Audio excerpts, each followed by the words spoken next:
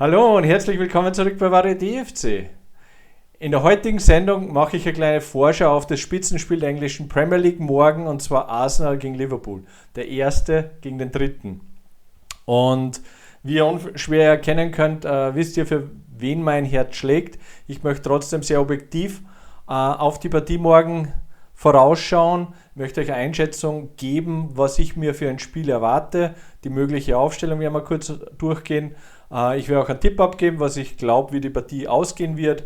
Und zum Schluss des Videos habe ich euch noch die beiden Pressekonferenzen vor dem Spiel von Arne Slot und Michael Arteta angehängt. Also das gerne auch noch anschauen, damit ihr ein bisschen seht, was die englischen Journalisten so gefragt haben. Ja, und wie immer würde ich mich natürlich freuen, wenn ihr mir Gefällt mir da lasst, und vor allem würde ich euch bitten, meinen Kanal zu abonnieren. Das würde mir sehr helfen. Vielen Dank dafür.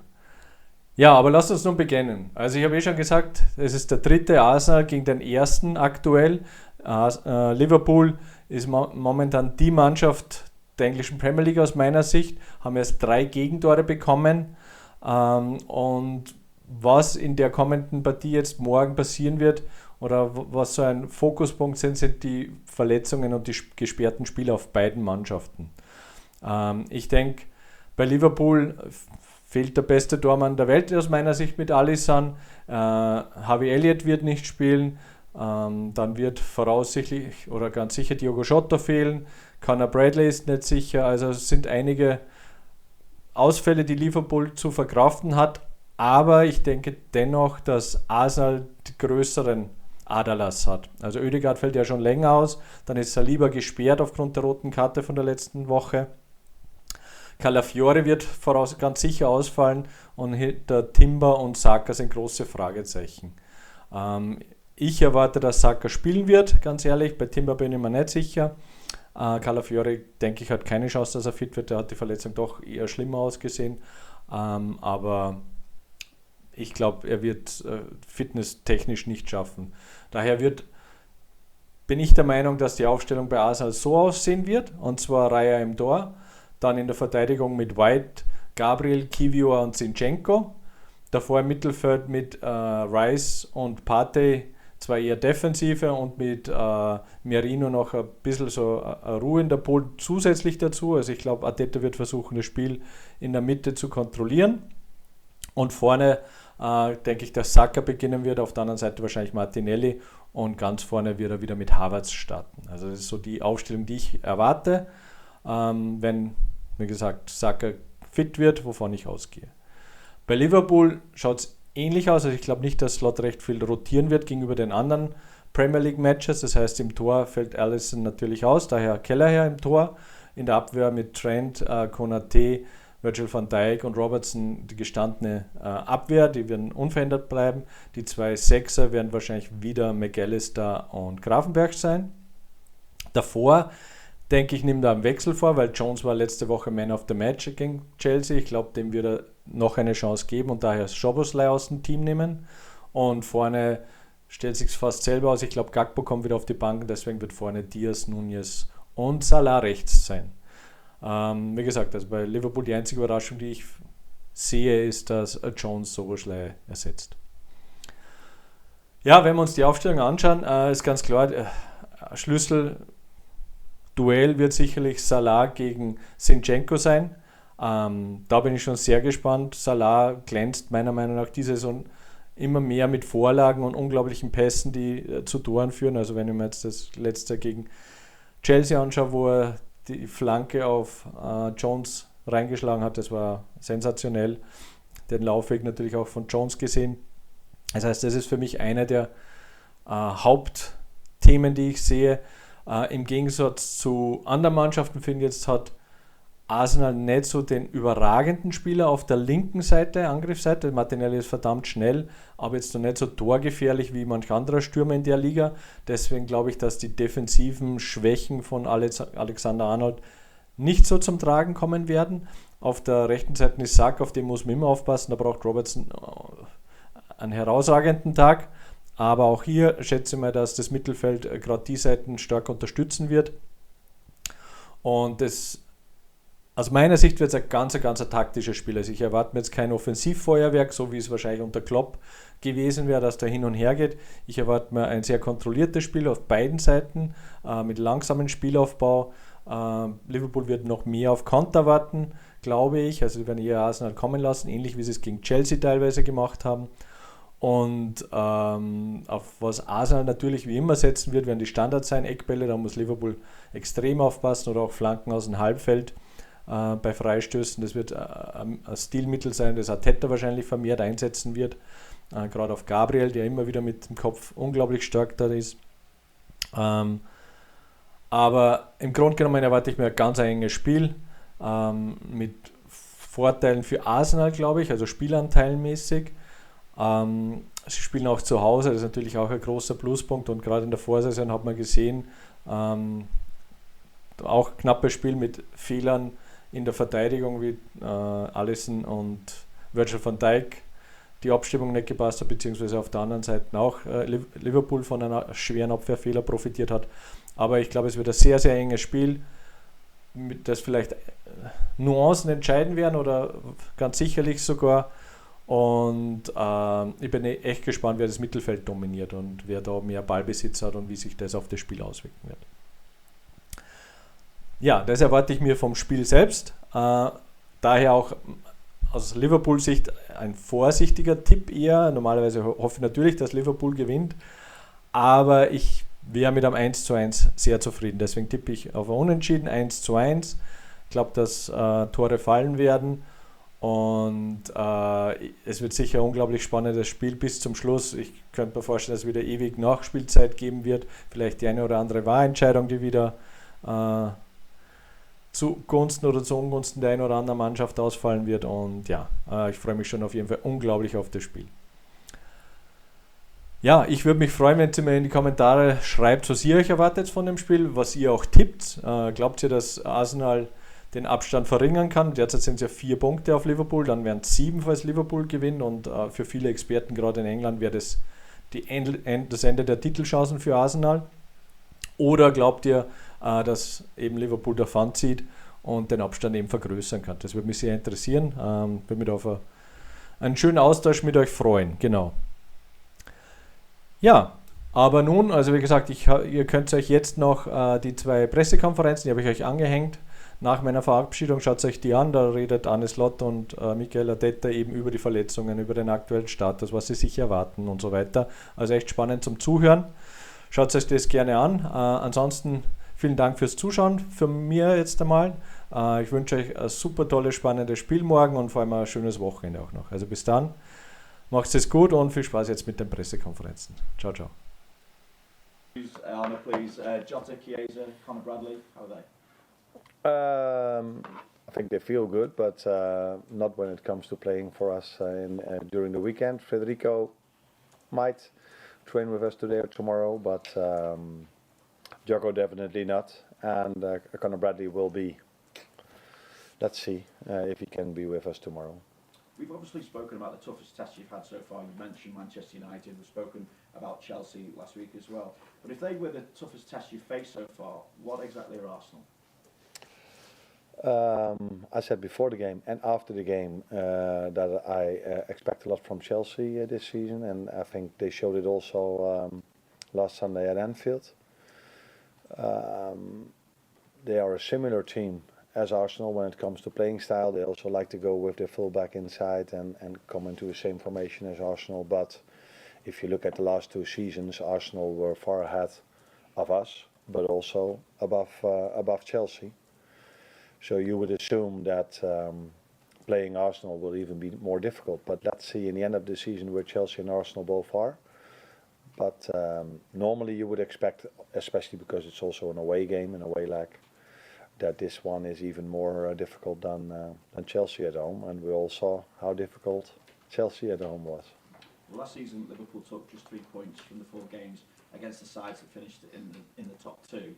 Because of that, it feels like it would be a big statement, even at this early stage in the title race, if you were to take all 3 points this weekend. So, how do you see it? We all know that taking points from your competitor and nobody knows in this early stage who is going to be your competitor, your biggest competitor, but I think we all know that Arsenal will be one of them, and then dropping points against them or winning points against them, that is always important. So you're right that I think it was 3 draws and 1 loss last season. Yeah. So yeah, if you make a simple, if you use mathematics, is that the word? Yeah. If Liverpool could have won all 3 of them, I think the league table would have been a bit different.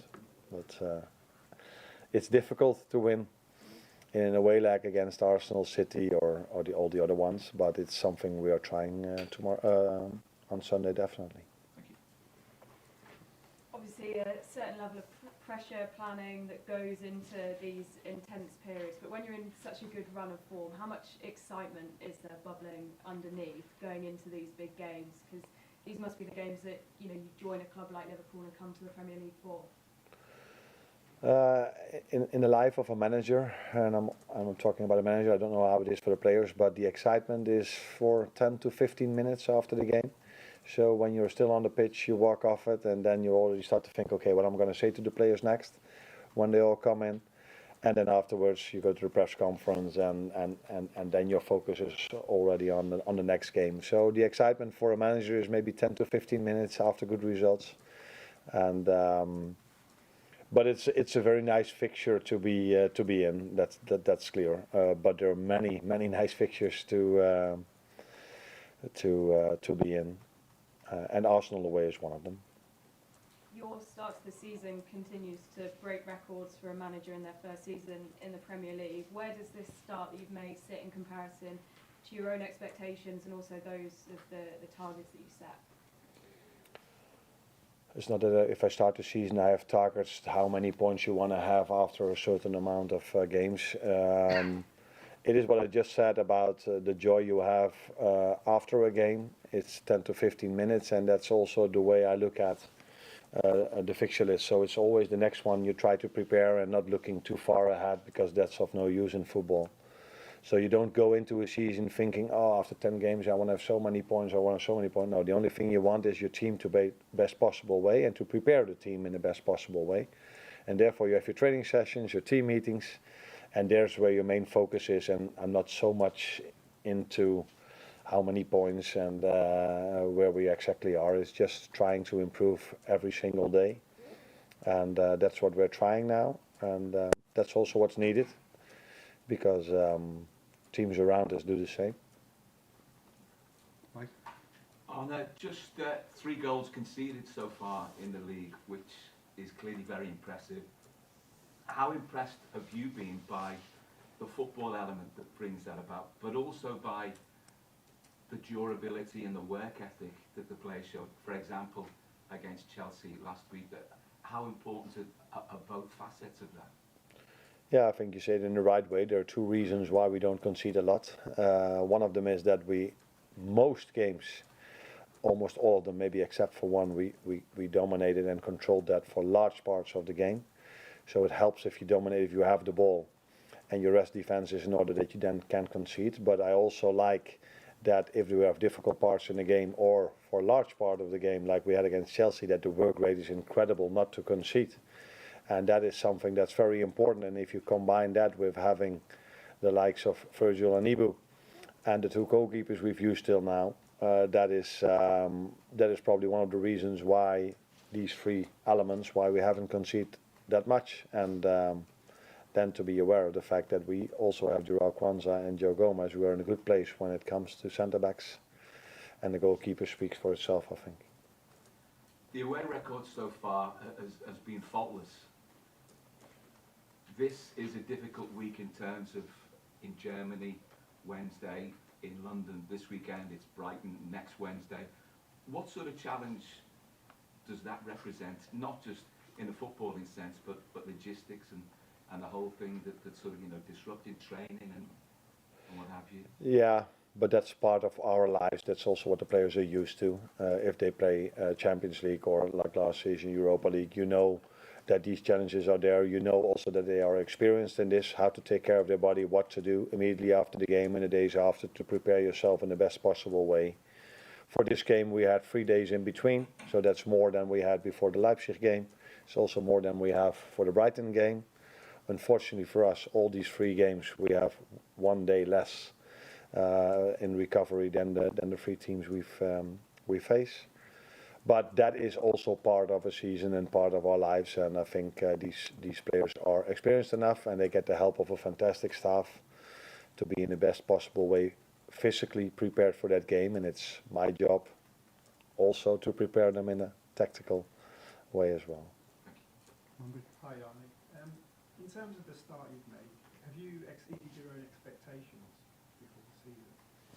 Yeah, that's a bit similar answer that I just gave. There were not expectations for me. It wasn't like that I was at my holiday thinking about, okay, after 10 games, how many points do I want to have? No, the only thing I was thinking of was how am I going to try to bring the best out of this team that has been done for so long by Jürgen, and how can we continue that, and how am I going to do the individual meetings with the players, the team meetings with the players, and you don't think about points. For me, the way I think about it, it's about the process we are doing and what we do on a daily basis, and that, in my experience till now, leads in the end to points. That's why I didn't have expectations coming in when it comes to the amount of points we needed to have after 1, 2, 3, or 10 games. But there were expectations from me where the way I wanted to see the team playing. And I think that is matching my expectations at the moment. Hi, I want to kind of return to something I spoke to you about before. It's kind of retaining slender leads in games. Now, last time we spoke after Wolves, it was very much about towards the end of the game, you were concerned about not taking chances, but weren't really concerned about giving up shots. Whereas in recent games against Palace, Leipzig, and Chelsea, that's kind of changed. I believe it's 20 shots in the last 20 minutes of those games compared to 11 for Liverpool. Do you think maybe there's an element that Liverpool have been so good at defending these slender leads that it's starting to affect the balance between attack and defence towards the end of games? I think every game has its own story. So the Leipzig game, I just said about the difference in the period of rest we had in between the games. So that could be a factor where Leipzig was in the end of the game a bit better than we were. I don't know if that had anything to do with it, but it could. I think when I look at the Crystal Palace game, it was 1 or 2 transition moments where we were still, in my opinion, dominating the game, but we were a bit unlucky, or we didn't have the rest defense good enough in order to concede, combined with some set pieces. And I think the last chance Chelsea got was also from a set piece. So I liked, it was only the last 6 minutes of injury time where we had at Leipzig, where we constantly had the ball and controlled it, and those moments were not difficult. So also the Leipzig game, the first chance they had in the last 10 to 15 minutes was from a second phase set piece. But yeah, you also concede a set piece if the other team is a bit stronger than you at that moment. So no, I'm not worried, but I prefer to see that we dominate till the end of the game. But it's also good to see that if we have to defend, that we have a team that defends with 11, with 2 outstanding centre backs and a goalkeeper that makes saves as well. Any last ones for the breakout? Andy? Anna, just to ask, how is Alisson progressing in his recovery?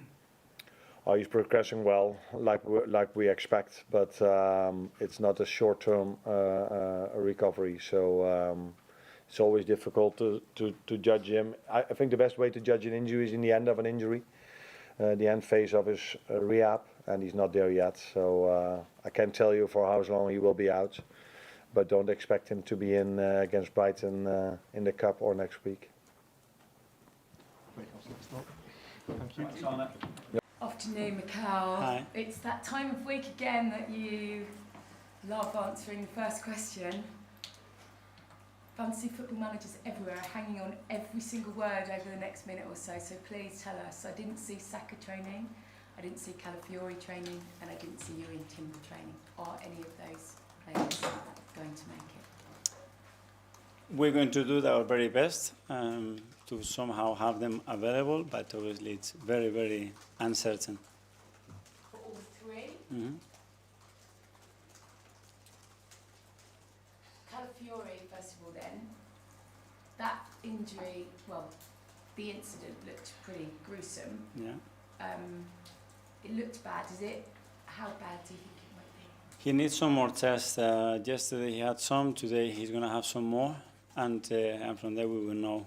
Because last time as well we thought it was really bad, and then he ended up playing 2 days after or 3. So let's see how it is. But he won't make Sunday, will he? If you're still doing tests, it's too risky. Yeah. Well, I said that last time it happened, but this time might be different. Saka hadn't trained. You said when you spoke before the game on Tuesday. Has he done any sort of training? Yeah, he's done a bit of training on the grass.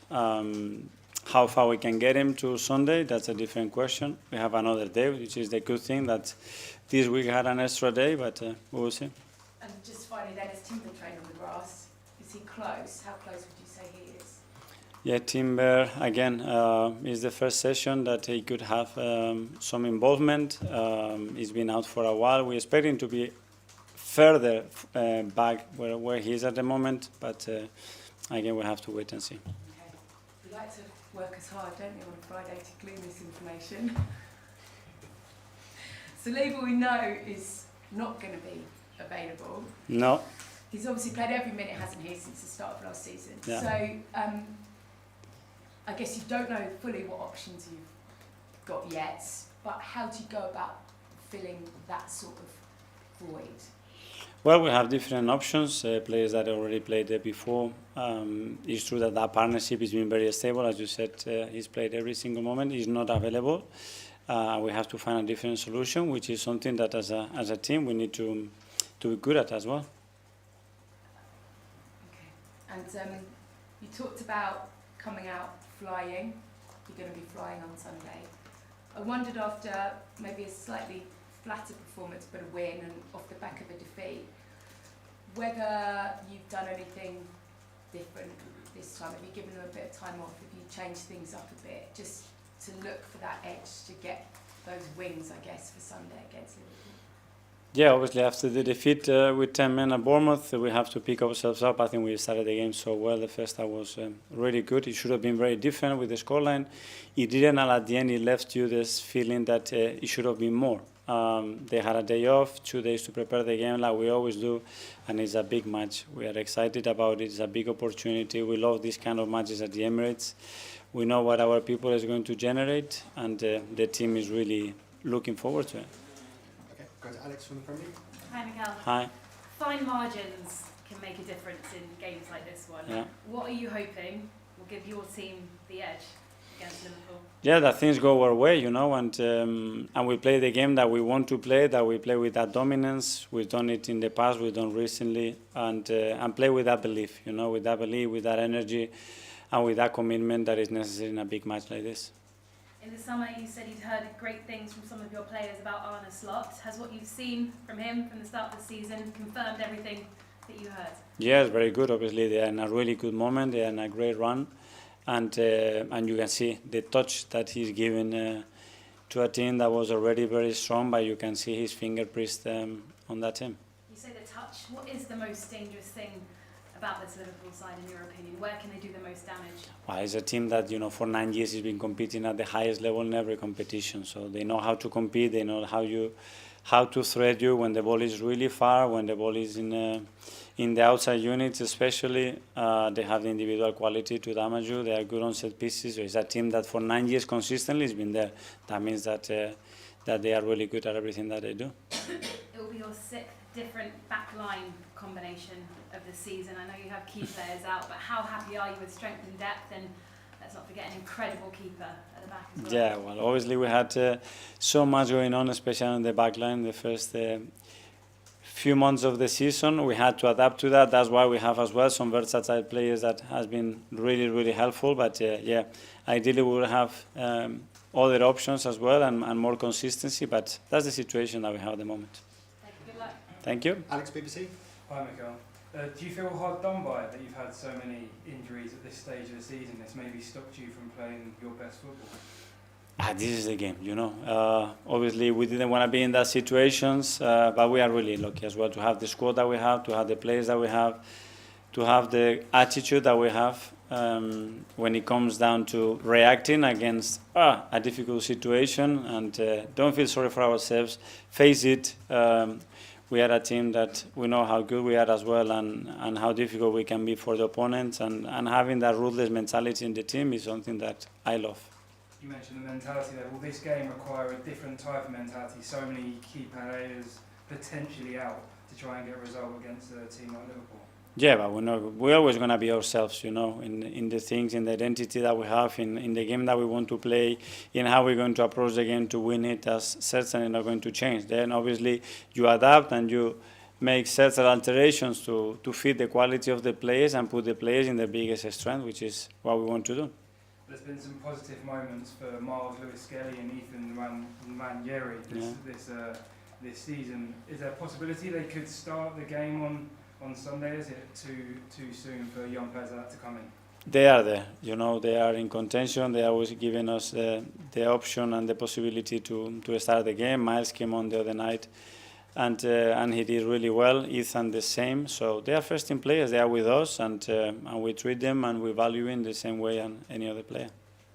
Ian, talk to me. Hi, Mikel, how Hi, are you? good, thank you.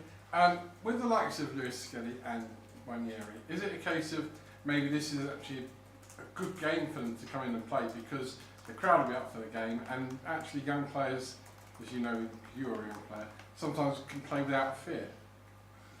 Yes, for sure. That's certainly something that they don't feel much, especially those two, and that's something really positive. It brings the crowd together as well. It creates energy in the team. That's something really good. It's about throwing in the best moment with the right players around you, which is something really important as well. So you wouldn't be scared to do it? No. Well, we did in a Champions League game the other day, so. In terms of Liverpool, you mentioned there the last 9 years they've been competing.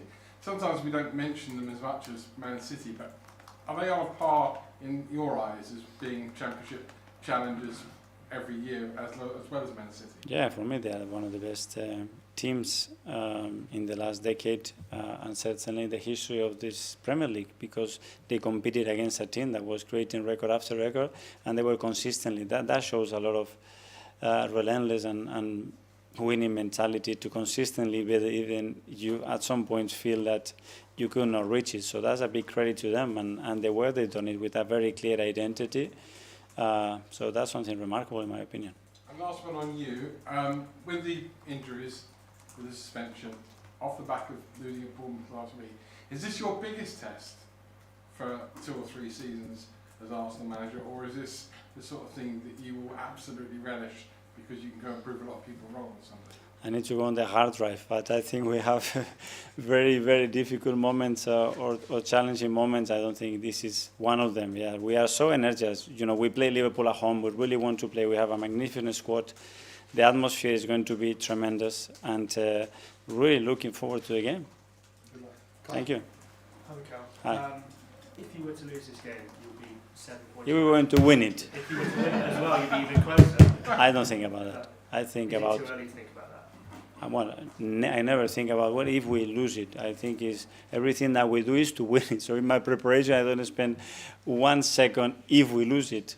So it's about if we win it, how convinced we are that we are going to win it, and how we're going to feel afterwards. Do you think about the title race at all? Because you mentioned Liverpool being as a challenger. Do you think about that? But I don't. When we won against Aston Villa, and everybody was already saying, well, if you lose this game, second game of the season, what's next? And then you have to go to City, and you have this and that. We cannot think like this in October. Simon? Mikel, just in the sort of era we live in now, social media, news and everything, I just wonder for you, how important is it keeping information inside the club and stopping leaks, and how much is that something that you've worked on as a manager, particularly when we're all trying to find out the injury news? Especially against team news, yeah? Yeah, that's something I understand. There are a lot of kids as well that they want to do their own teams, and obviously their managers and their position, but it is our job to protect that as much as possible, because you don't want to give anything away. Normal. Was it something you worked in from when you came in, stopping leaks from the club? Well, I think it's a big part of our job. We have a lot of information, a lot of sensitive information, a lot of information that a lot of people wants to have and share, and it's our obligation, our duty to maintain and protect the club and the team in the best possible way. Phil at the back there. Hi, Michael.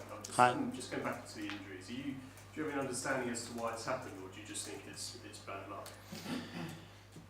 Well, in a lot of cases, it's been very bad luck. You know, we have certain difficult knee injuries. We have certain traumatic injuries. We have 3 injuries with the national teams.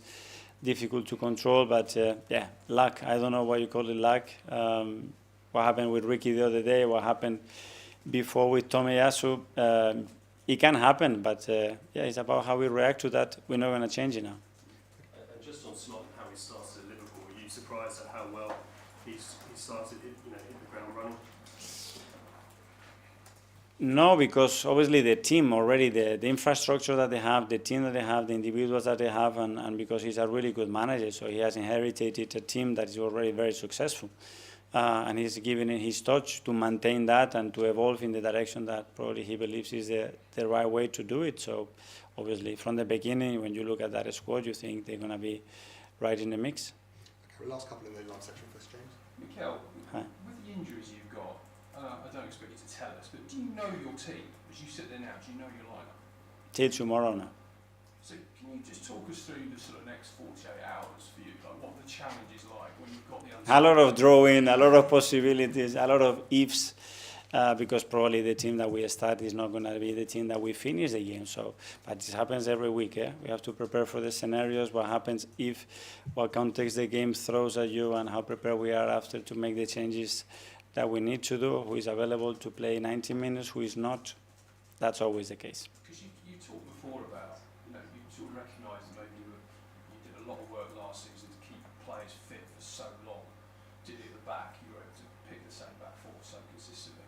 So do you sort of feel you're prepared for this to some extent, and you kind of knew this was coming at some point? Well, not that early in the season, and not in the manner that it has happened with a few players, but having the rest in the best possible physical condition, mental condition, something that obviously we put a lot of work into that because it's key, and then be the team prepared, because when that happens, you lose your captain. That's a big thing, Then you lose your central defender, you lose your fullback, you lose another fullback, you lose your striker, you lose a winger. But the team, the team has to have the resources. First of all, mentally to adapt to that, and then, maintain the same belief that even like this, we are a great team.